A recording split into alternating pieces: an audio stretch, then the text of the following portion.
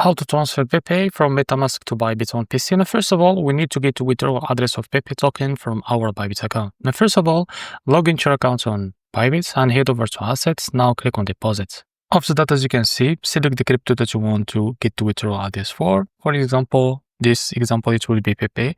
So after you select the PEPE, now as you can see, select the chain. In this case, it will be Ethereum.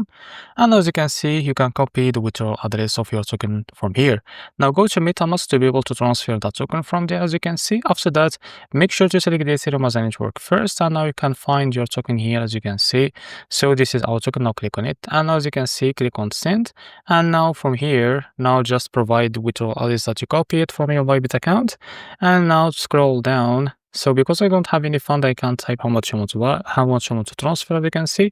After that, click on continue and now confirm the amount that you want to transfer. And in about a few seconds to a few minutes, you will be able to receive the PEPE token on your Bybit account.